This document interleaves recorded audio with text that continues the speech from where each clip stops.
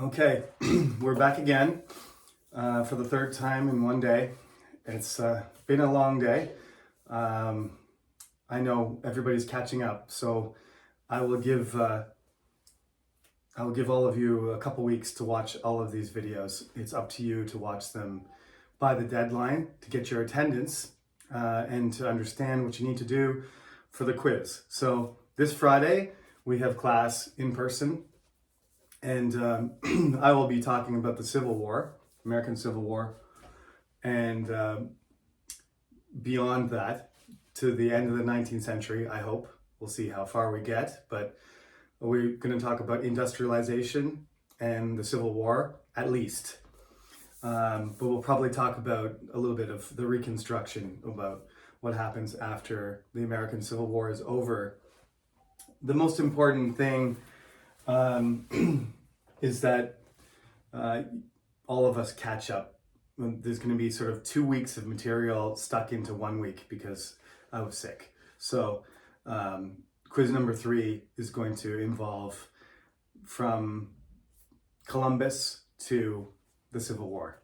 And that's the material that you need to know for the third quiz. Okay? I know it's a lot, but America is a very complex country, and this course is introduction to topics in British and American culture.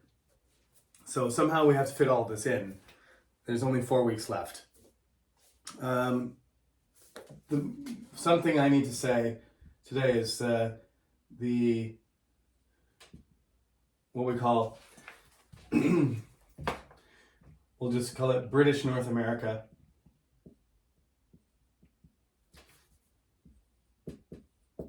British North America.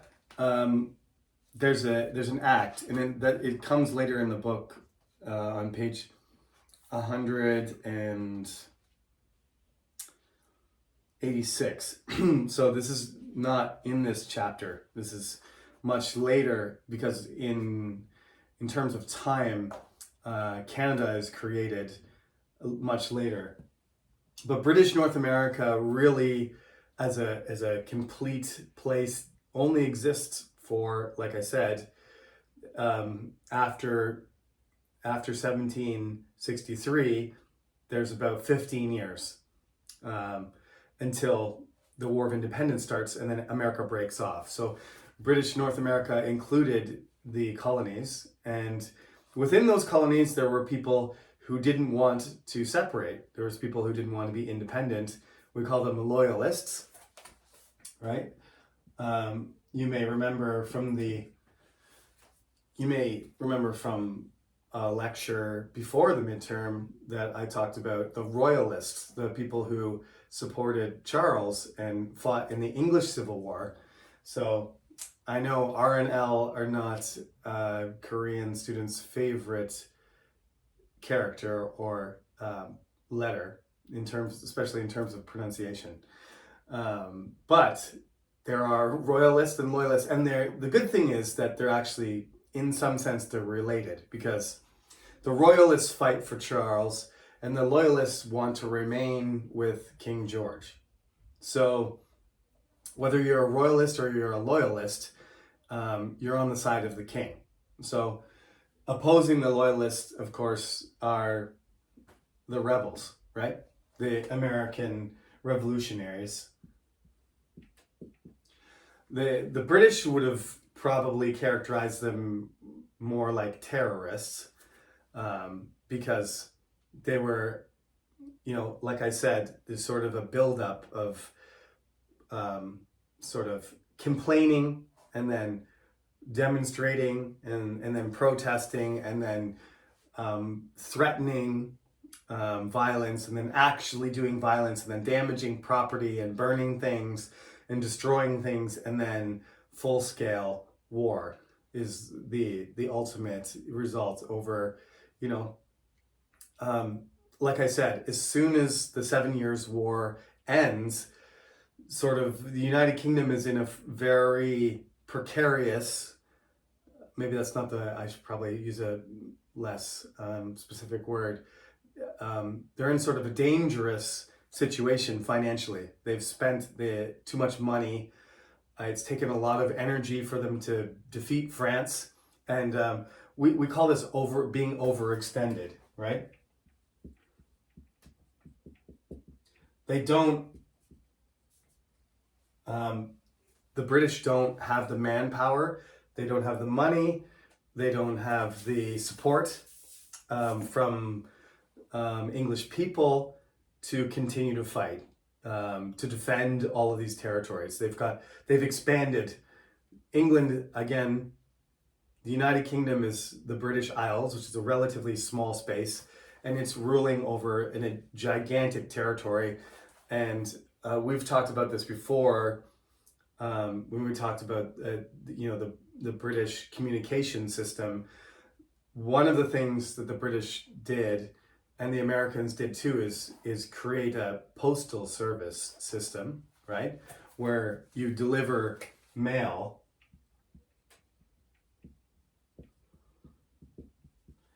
And during the American Revolution, like this improvement in communication through the postal service isn't ready yet. It's not. They don't have the technology. They don't have the system. They don't have the organization to do all these things.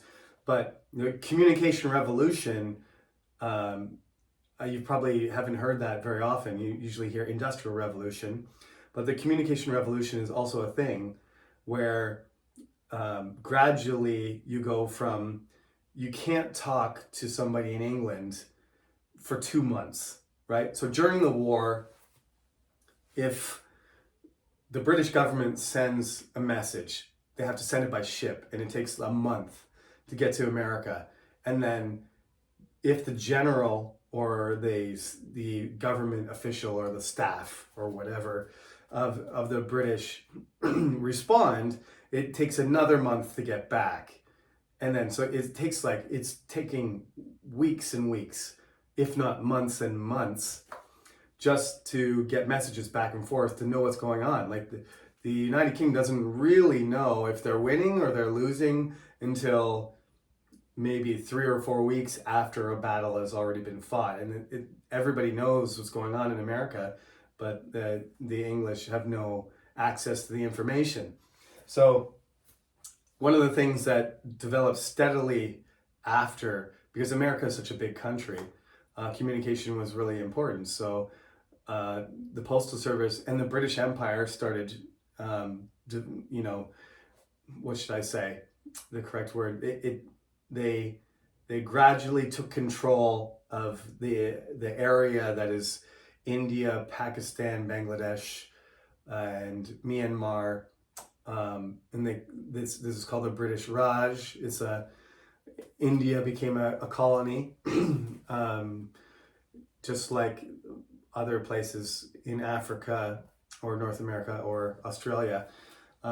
Each place is unique, but India is massive, and there's lots of different weather, and there's lots of different geography, just like America. So the British had to do the same thing. They had to be able to communicate as fast as possible. So they started, the Romans did this too with roads and horses, but they go beyond that and start to develop new technology. Ultimately, it ends up being the telegraph first, and then the telephone. Alexander Graham Bell gets credit for that, but there's some arguments about who actually, made the discovery first. But we give credit to Alexander Graham Bell anyway, which meant that once you had a wire under the ocean, which will happen much later, 100 years after this, you could actually talk to somebody on the phone in real time. The difference between being able to talk to somebody in another country on the other side of the world immediately and sending a message a month later, we can't really exaggerate or understate how important that is. It's huge. That ability to communicate quickly. It starts with the Postal Service. The official motto of the American Postal Service is something like nor rain nor snow nor sleet, blizzard, hurricane, thunderstorm, doesn't matter, the mail will go through, right? And it's supposed to be the most reliable system, which is also ironic because when I was young, everybody complained about how the mail was as reliable as the weather, which means that the weatherman says tomorrow's gonna be sunny, and then it rains, and the postal service says tomorrow you're gonna get your letter, and it comes 1 week later, or it never comes. So British North America is immediately chopped in half, and the northern part of it remains and evolves into Canada. And the people who support the King and the British Empire, many of them move. Tens of thousands of them move to Canada, and that creates a balance between, that part of British North America is dominated by the French still, because it was New France and all of those people are still there. Not all of them, because they deported some of them. There was some sort of crimes, there were crimes. They relocated some people from New France back to France or to Louisiana in America, near America, in New Orleans area, or they brought them, to the Caribbean or other places just to weaken the French population. But ultimately, the majority of the people living in Canada were now French, and there's natives, of course. The natives are still there, and they continue to be there, but the population numbers of the French have grown a lot, mostly through having big families. So when the Revolutionary War happens, when the American Revolutionary War happens, there is sort of an influx of former British, they don't want to be American, so they're British citizens, and they move to Canada so that they will remain British, rather than becoming American and part of a new territory, a new nation. They want to remain part of the British Empire, so they move to Canada. And this sort of creates a balance between the English population and the French population. And the English population will continue to grow and get larger and larger relative to the French population. But the balance is still there. There's still 7 or 8 million people living in Canada that speak French and are living in the Quebec, New Brunswick area. And that's the legacy mostly of the Revolutionary War, because Canada wouldn't be a single country with a majority English population and a minority French population if it wasn't for that migration of all those Loyalists to what we call Upper Canada, which is Ontario, Toronto, Niagara Falls, Hamilton area. That's where I'm from. We'll come back to that briefly later. So before we get the French Revolution, this British North American system where the overextension creates opportunity for colonists to separate, and then because of Benjamin Franklin, France is persuaded to help, and they do, and then the Americans win the war. As a result of that, America's a new country.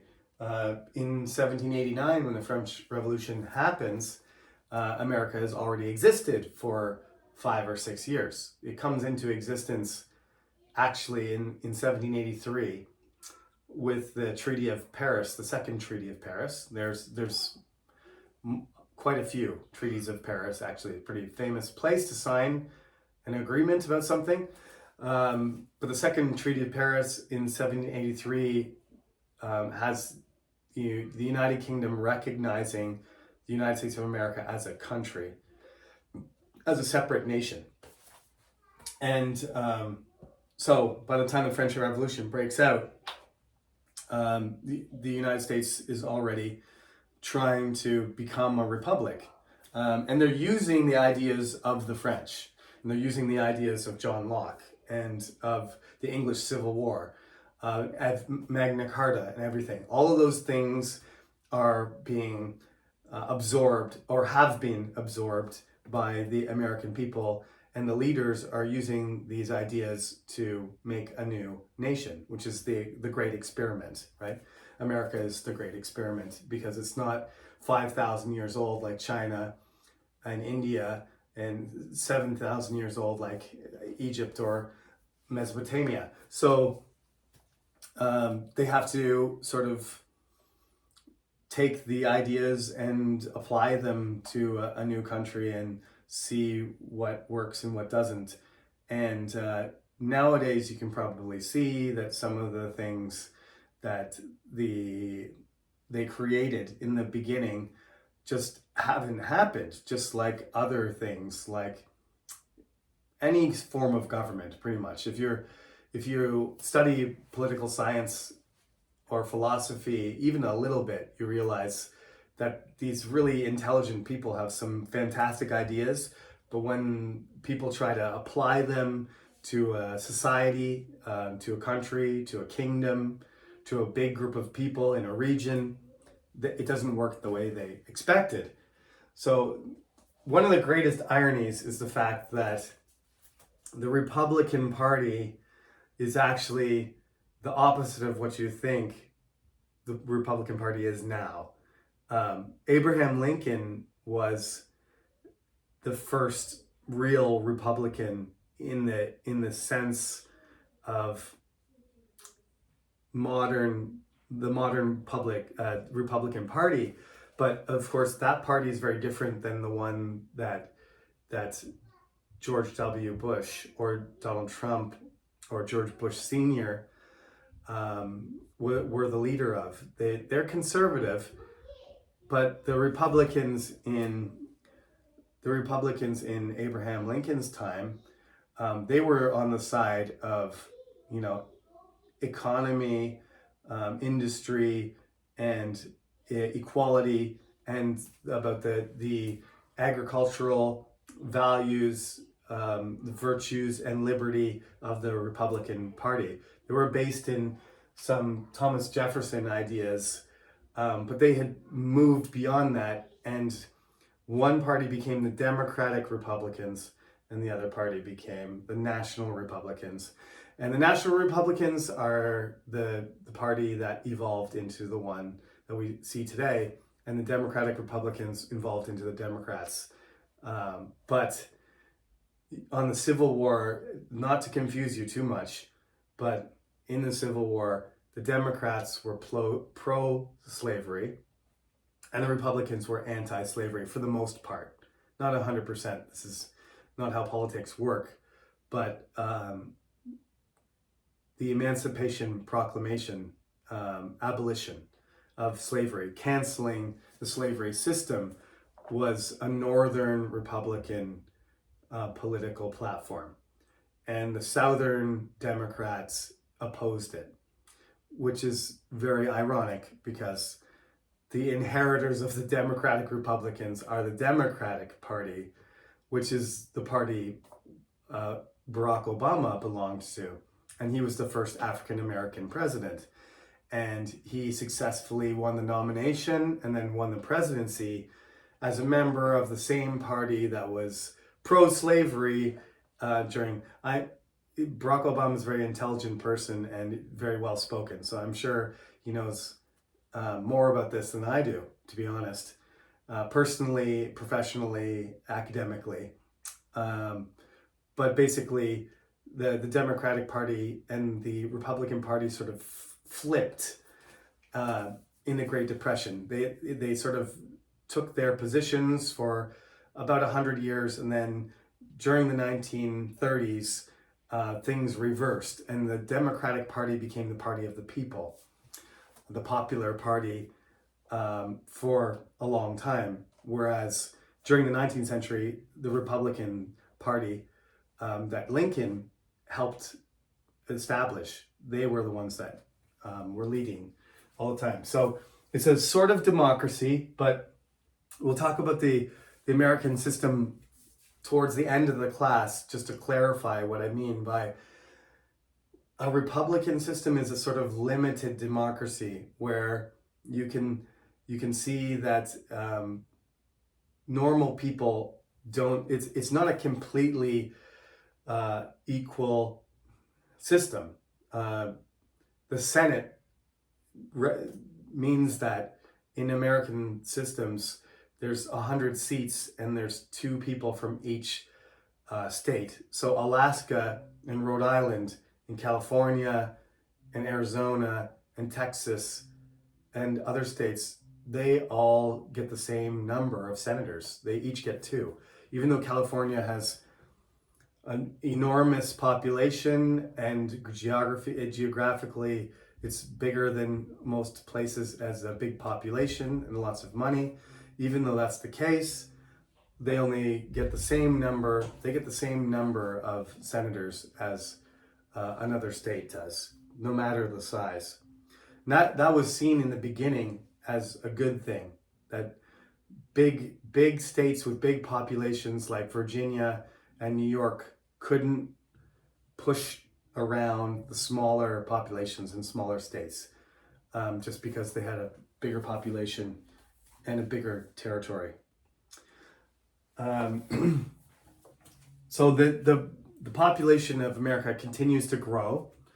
After the Civil War is over, some people leave the United States, but a lot more people arrive than leave. So over their entire history, America has been a country of immigrants. That's one of the reasons why we study this class, besides the fact that lots of people use English to communicate as a global language, and understanding the culture of the United Kingdom and America just helps you communicate better. But one of the reasons also is that there's a lot of people that are interested in moving to America for certain things.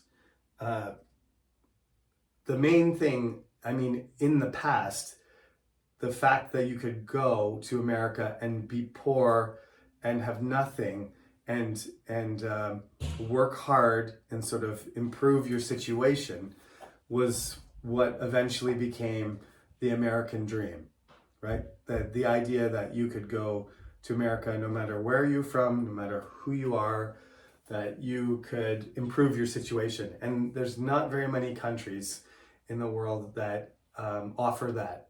And America probably, over the last 100 years, because it's more developed, because it has a lot of wealthy people, and because the system has progressed and changed, there's a lot of resistance to new people coming and getting a chance to be equal with the people who have lived in America for generations. You can see it all the time. It's called nativist,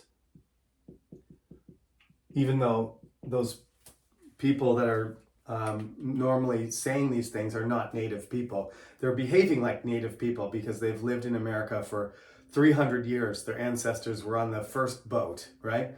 If they came on the Mayflower, then you sort of 400 years your family has been in America. Now you've become native and you have the right to tell other people that they can't come into the country, which I don't know what you think about that, but it's not reasonable to me.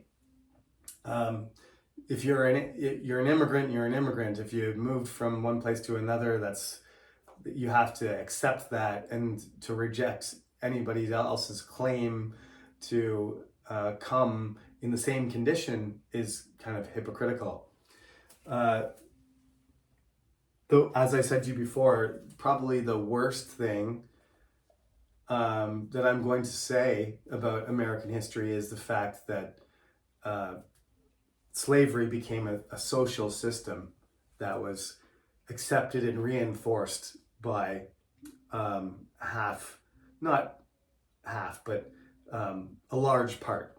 And it's South, so we call them Southerners, but I have lots of friends who are from the South, and they're good people. So I don't want to label anybody. Just because you're from the South doesn't mean you're racist, or it doesn't mean your family were slave masters. But that was the system that they used in order to be very productive, to develop their economy, in order to develop their society, right?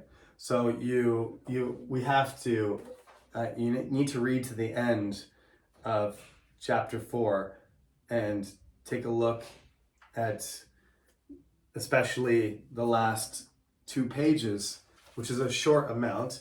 We're definitely going to discuss this more with the Civil War, because some people claim that the Civil War is really not about slavery. It wasn't about people being subjected or being enslaved for the benefit of other people, but that it was a matter of state rights, that every state should be able to choose its own destiny and have the capability of making decisions for itself. I think that people that say it's just states' rights are just hiding behind that rhetoric and saying that whether we have slaves or whether we punish, we have capital punishment, or whether we should support healthcare, or whether we have a good public education system is the choice of each state. Like the people in the state have a right to express their opinion about those issues.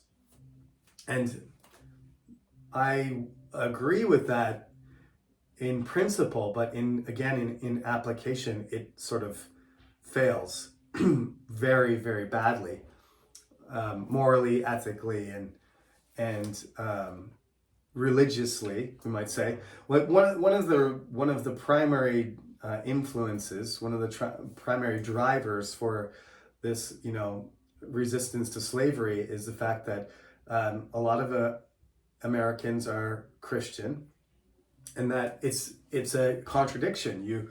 In the Bible it says, in the Old Testament, it talks about slavery, it talks about selling people, and it talks about being masters over people and stuff like that. But a Christian is not a person who limits themselves to the Old Testament. So in the New Testament, Jesus, of course, is the main person who forms the opinions and teaches about how to behave.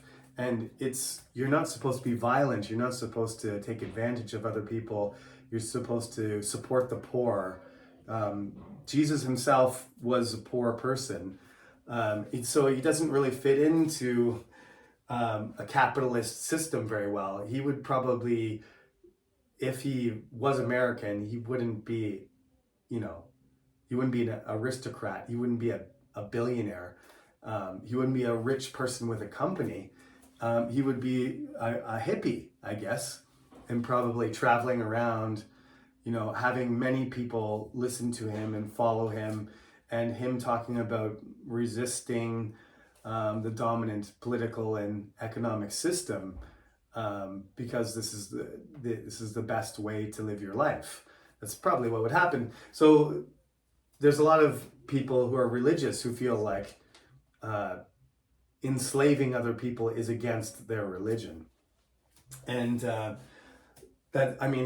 America's almost unique in its high number of religious people. Nowadays, there's Muslim people, there's Hindu people, there's Sikh people, there's people who are are following Buddhism, right? And of course, all the Christians are still around too. So America has a religious aspect to it. I think I've talked about Christian religion enough in this class for you to get the idea. But in Americanism, it's pluralism, right? It's many people choosing their own.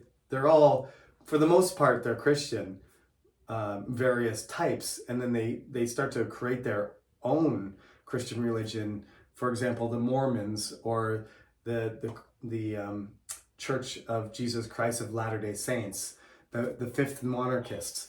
There's all these people who add to the different options that people have religiously, but pretty much the net the what am I trying to say? The overall effect of religious, faith in the American people is to either be against slavery because you're in the North, or support slavery because you're in the South.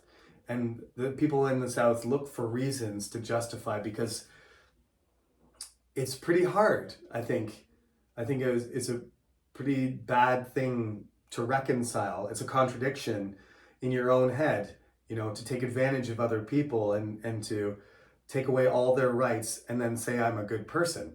It's pretty hard, I think, to turn around and say to other people, like, I'm a good person, even though I have 100 people working as slaves on my property, working as hard as they can, and I push them, and I don't consider their needs or their feelings or treat them like human beings. There's a cognitive disconnect, is the expression we would probably use in English. So there is a paranoia in the South that develops. Napoleon and the French, they're trying to build an empire. They are defeated.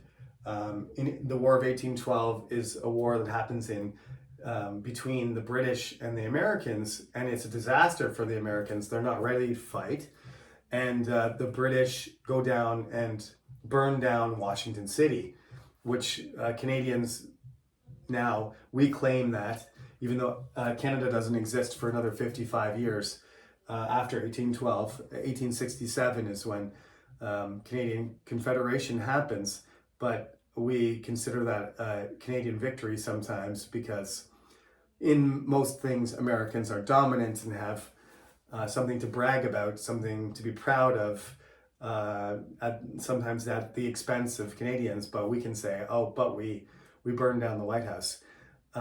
Probably the White House that was rebuilt after 1812 is much nicer and a big improvement, and it's a famous building around the world. So maybe those people did them a favor by just like erasing the original building, and then America creating an even better monument to their republic after that. Some people in the 19th century realized that America had so many resources and so much space, so many people, so they started calling him the sleeping giant. Remember, I called America the two-headed giant because it argues with itself sometimes. Democrats versus Republicans, or private healthcare and public healthcare, or gun rights, or safety. They're always sort of there's two voices often being expressed. So that's why we call him the two-headed giant. But the sleeping giant is sort of when the United States finally realizes its potential, that it's going to be a superpower. In the 20th century and now the 21st century, we called China the sleeping dragon. That's because we see that a similar thing happening with China, is that China has China was for most of human history a very powerful, dominant country, nation, state, and now it's reasserting itself as a dominant player in the global situation. So when it wasn't as powerful as it could be before China started to become what it is now, we called it the sleeping dragon, because most people realized the huge population of China and its land and its resources were going to enable it to become a very important state in global affairs once it's stabilized. So this is what I called today Project America, and I think that's enough for today. We'll stop there, and I will pick up some of the things that I haven't finished, expressing or describing or explaining, please watch all of these videos, and then on Friday, give me your questions. At the beginning of class, I'll give everybody an opportunity, since we're sort of catching up on a lot of material. I'll review the things that I've said, and then we've got to talk about the Civil War, and we've got to talk about industrialization on Friday, because the following week, there is quiz number 3, which is going to be on those things. Okay? So thank you for listening, and thank you for being patient and waiting until I was able to speak, till my voice came back. I appreciate it. I hope you had a good weekend, and I'll see you on Friday.